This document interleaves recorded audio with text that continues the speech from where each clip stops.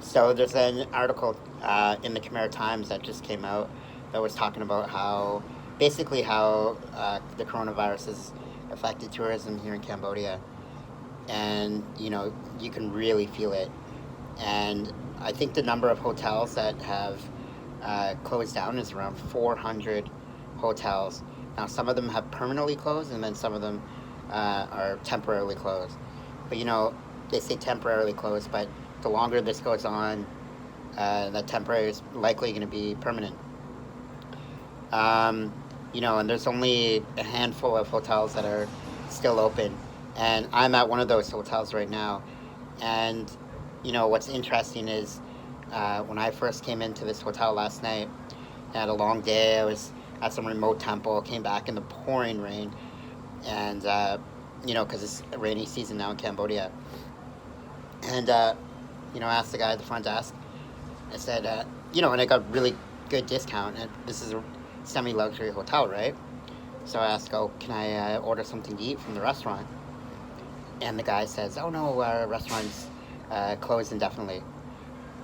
So I'm like, "Okay, I'll go to the room. I'll just order something from one of those, motorbike delivery apps."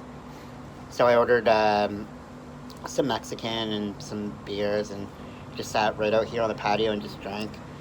Um, and another thing I noticed was, so I tried to turn on the TV. I just wanted to chill out also and watch the news. And the TV wasn't working, so I called the front desk. "Oh no, the TV's not working." Um, you know, and I assume it's because they haven't paid the bills, which I've experienced before. The hotels just don't bother paying the cable bills, and yeah, TVs don't work.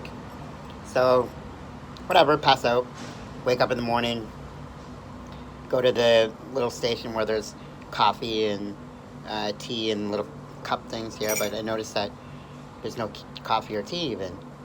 So I thought, oh, that's weird. But luckily, I thought that might happen, so I actually brought my own coffee. So I was kind of lucky in that way because every morning I do need my coffee. But yeah, it's you know the government hasn't issued any tourist visas.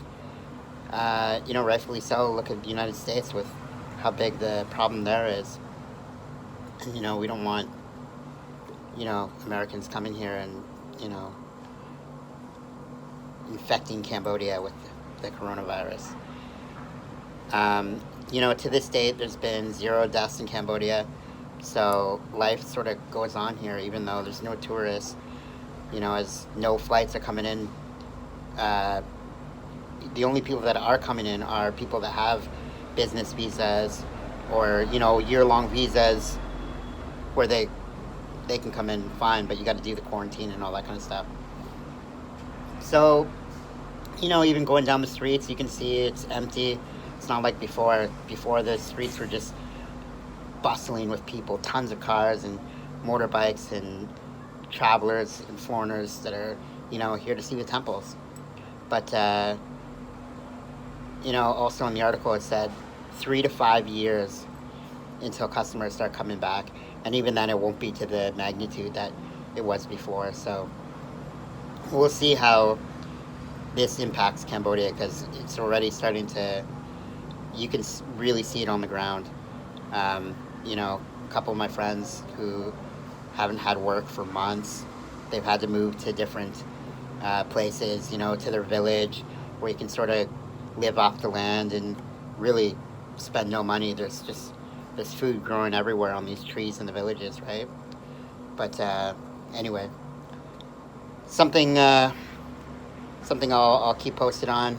I'm gonna enjoy my coffee now, and then I'm gonna probably check out of here and go somewhere else because yeah, the adventure continues. See you guys later.